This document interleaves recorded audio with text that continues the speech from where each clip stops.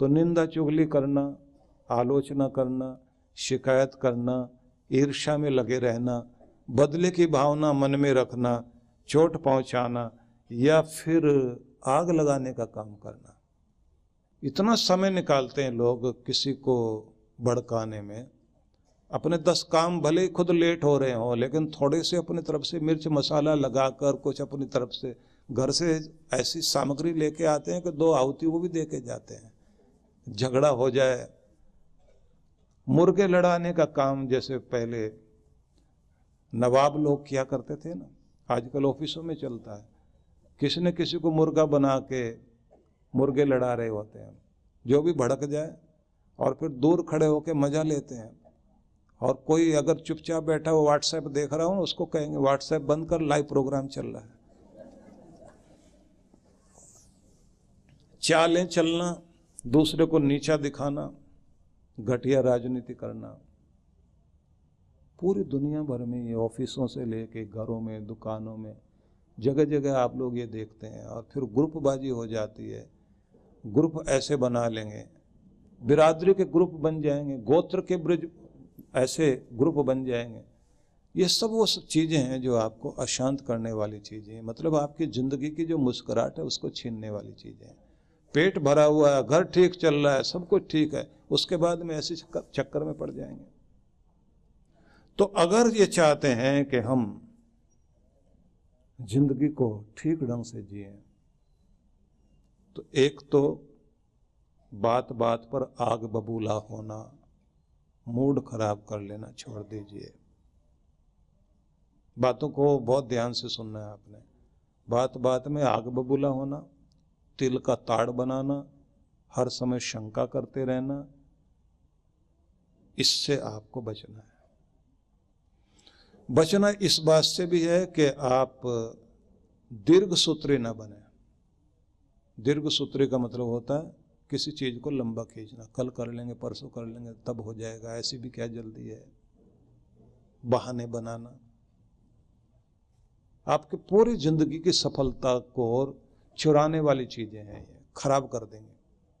बहाने बनाने से बचिए, न करने के 13 बहाने होते हैं, लेकिन ये तो 70, 100, 200 भी हो सकते हैं जब नहीं करना चाहे आदमी। दूसरे को सताना, दूसरे का कुछ हड़पना, बेईमान बन जाना, ठग बन जाना, बहुत लोगों के अंदर आदत है।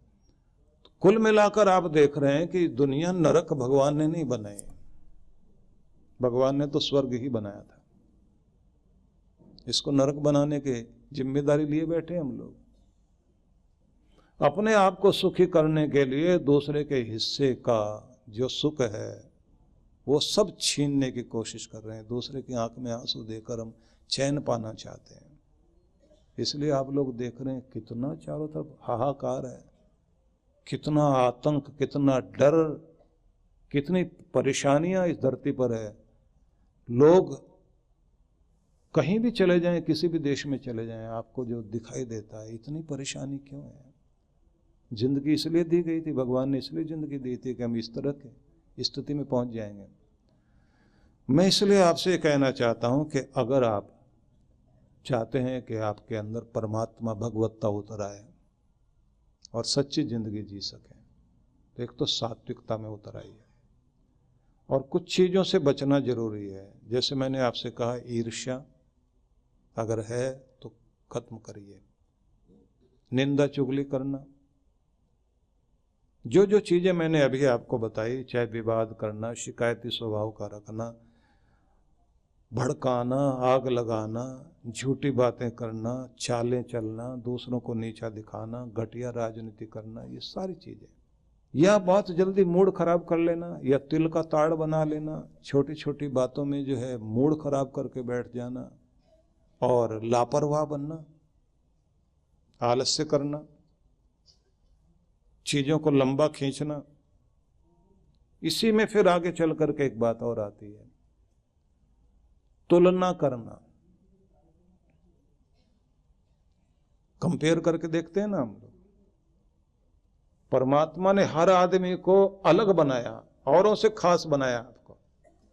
आप जैसा कोई दूसरा है ही नहीं। दूसरों से कंपेयर करने की जरूरत क्या है? जो आप हैं बिल्कुल ठीक है, आनंद लो अपना, खुश रहो। क्यों कंपेयर करना, क्यों तुलना करनी, क्यों देखना उधर? और जैसे मैंने आपसे कहा था ना कल कि सबके पास बहुत कुछ है, सब कुछ तो नहीं है। जो बहुत कुछ है उसका आनंद लीजिए ना। सब कुछ के चक्कर में पड़कर आप अपने आप को खराब कर लेंगे। इसलिए मैं आपसे ये भी निवेदन करना चाहता हूं कि किसी की नकल उतार कर मजाक उड़ाना, किसी पर हंसना, फब्तियां कसना, ये भी तो चोट पहुंचाने के तरीके ना, हिंसा के एक तरीके हैं क्या? नकल उतार उतार के उसके लिए हंसना और दूसरों को के सामने मजाक बनाना, ये प्रभाव सबसे ज्यादा छोटे बच्चों पर बहुत आता है। जब बड़े जो है मजाक उड़ाते हैं ना, उनकी नकल उतार उतार के उनको नीचा दिखाते हैं, उन पर हंसते हैं, इतने दब्बू संकोची बच्चे हो जाते हैं, जिंदगी भर वो असर उनके ऊपर दिखाई देता है। किसी की भी कोई अंग भंग है, कोई गरीब है, कोई लाचार व्यक्ति है, कोई बेबस आदमी है, किसी की भी मजाक उड़ाई जाएगी, कितना बड़ा असर पड़ता है उसके ऊपर। अच्छे लोग कभी भी किसी की मजाक नहीं उड़ाते, जहां भी जाएंगे हर किसी की अच्छी तारीफ करते हैं और सच्चे दिल से तारीफ करते हैं। मिलते हैं तो गर्मजोशी से मिलते हैं। जब वो कहते हैं हार्दिक प्रसन्नता हुई, तो सच में हार्दिक प्रसन्नता होती है उनको। कुछ लोग वे होते हैं जिनको जो है कुछ नहीं कर पाते, दांत पीसते रहेंगे, अकेले अकेले बड़बड़ाते रहेंगे, गालियां देते रहेंगे, चीखते चिल्लाते रहेंगे। इस सब को यही माना जाएगा कि अंदर बहुत जहर है। ये सब निकालने के लिए ही गुरु की शरण में बैठना होता है। जब गुरु ध्यान सिखाते हैं आपको वहां लेकर आते हैं कि आप अपने रूप में आ जाओ, आप अपने को पहचानो। इस युग में एक और चीज चलती है, गुप्त शत्रुता। ये गुप्त शत्रुता बड़ी खतरनाक होती है, पता ही नहीं लगता ये शत्रु भी है और वो शत्रु होता है। वो बाहर से खूब मिलेगा, अच्छे से बात करेगा, पीछे पीछे चलेगा, लेकिन ऐसा छिपा हुआ दुश्मन होता है वो, कैसी कैसी चालें चल रहा होता है। इस युग ने ये चीजें बहुत ज्यादा दी है। कौन किसका गुप्त शत्रु बनकर बैठा हुआ है। जैसे कहते हैं ना कि गुप्त दान बहुत बड़ा असर करता है, तो गुप्त शत्रु भी बहुत खतरनाक होता है। जैसे गुप्त दान ज्यादा बड़ा काम करता है ना, ज्यादा फायदा देता है। नुकसान पहुंचाने की कोशिश करने में, चोट पहुंचाने की कोशिश में ये जो गुप्त शत्रुता होती है। अफजल खां से जब मिले थे ना शिवाजी, तो वो बड़ी दोस्ती दिखाई जा रही थी और इधर बता दिया गया कि आप आओगे तो हथियार लेकर नहीं आना, हम मिलेंगे और संधि हो जाएगी, समझौता हो जाएगा। शिवाजी, एक बड़ी अद्भुत बात रही भारत में कि कृष्ण भगवान ने खंड खंड भारत को अखंड बनाने का एक बहुत बड़ा कार्य किया, और उस नीति को आगे अगर समझने वाले लोग रहे हैं तो एक तरफ तो जिसने समझा वो तो चाणक्य था, और उसके बाद अगर दूसरा कोई आदमी हमें दिखाई देता है तो छत्रपति शिवाजी दिखाई देता है। उस नीति को समझना, कृष्ण भगवान ने पूरा चरित्र दिखा दिया ना कि कलयुग में कैसे रहोगे, शकुनी से कैसे मिलना है आपने, और विदुर के साथ कैसे मिलना, और गरीब सुदामा के साथ में कैसे मिलना, और जब दुर्योधन के सामने खड़े होंगे तो कैसे खड़े होना, और जब दादा भीष्म सामने हो तो कैसे बात करनी है, और युधिष्ठिर के सामने कैसे, द्रौपदी के साथ कैसे बात करनी है। सारे पात्र अलग अलग हैं। कहाँ करुणा करनी है आपने, कहाँ दुष्ट के साथ उसकी चालों को समझकर उसको जवाब देना है, और कहाँ बहुत बड़े दुशासन के भव्य भवन में भगवान कृष्ण का सम्मान और उनका भोजन का आयोजन किया गया था, लेकिन वहां नहीं गए, वो वहां नहीं ठहरे। गरीब विदुर के घर चले गए, उसका शाकपात खाकर खुश हो गए। कृष्ण भगवान की ये लीला हमें ज्यादा समझ नहीं है। हम लोग तो केवल उस लीला में लग गए हैं, वो बाल लीलाओं से आगे जा नहीं पाए। कृष्ण भगवान को बड़ा होने ही नहीं दिया हम लोगों ने। अगर आज कलयुग में सफल होना है तो कृष्ण भगवान की सारी नीतियों को समझ जाइए, आप एकदम सफल हो जाएंगे। उन्होंने पूरा बता दिया कैसे व्यवहार करना है। जब उन्होंने कहा अर्जुन को कि जाओ तपस्या करो हिमालय में, हर समय सुलगते रहना और गुस्सा करते रहने की आवश्यकता नहीं, अपनी शक्ति का संचय करो। जब वक्त परीक्षा ले रहा हो ना, उन्होंने कहा वक्त परीक्षा ले रहा है, शक्ति संचय करने के दिन चल रहे हैं, तपस्या करो और अपने आप को इतना पावरफुल बनाओ कि अवसर आने वाला है, अपनी शक्ति का प्रयोग करके जीत के दिखाओ। और सिर्फ तुम जीतोगे ऐसा नहीं, तुम्हारे साथ धर्म जीतेगा और इतने लोगों का विश्वास जीतेगा। ये पूरी जनता, ये पूरा देश, इनका विश्वास जीतना चाहिए।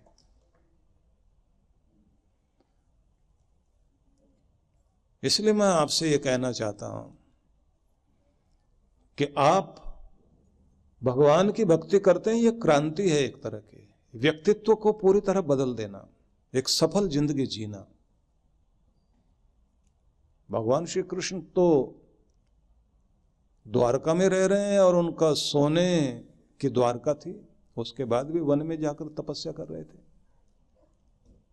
भगवान शिव के स्वरूप को आपने देखा ना, आंखें बंद किए बैठे होते हैं।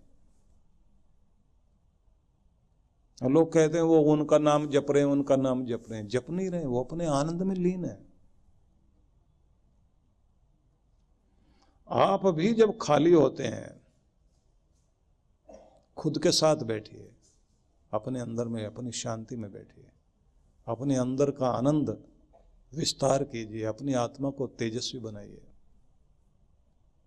मैंने एक बार आपको उदाहरण दिया था ना कि गांधी जी कहीं जा रहे थे तो उन्होंने तांगे में बैठे हुए थे, अपने कोचवान से पूछा, ड्राइवर से पूछा कि हम जहां जा रहे हैं कितनी देर में पहुंच जाएंगे। तो उन्होंने बताया कि साहब 15 मिनट में पहुंच जाएंगे। आंखें बंद कर ली उन्होंने, आंखें बंद करके बैठे तो 13 मिनट बाद आंखें खोली। बराबर में जो व्यक्ति बैठा था उसने कहा, लगता है रात को सोए नहीं थे आप। गांधी जी ने कहा नहीं, बहुत अच्छे से सोया था। बोले फिर अभी आंखें बंद की हुई थी।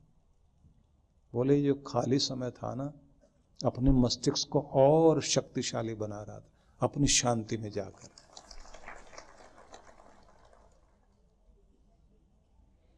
आजकल साइकोलॉजिस्ट ये बोलने लग गए हैं कि आप ज़्यादा तनाव में रहते हैं और आपकी याददाश्त गड़बड़ होने लग गई, आप चीज़ें भूलने लग गए हैं, तो दिन में थोड़ा 15-20 मिनट विश्राम लो, झपकी लो।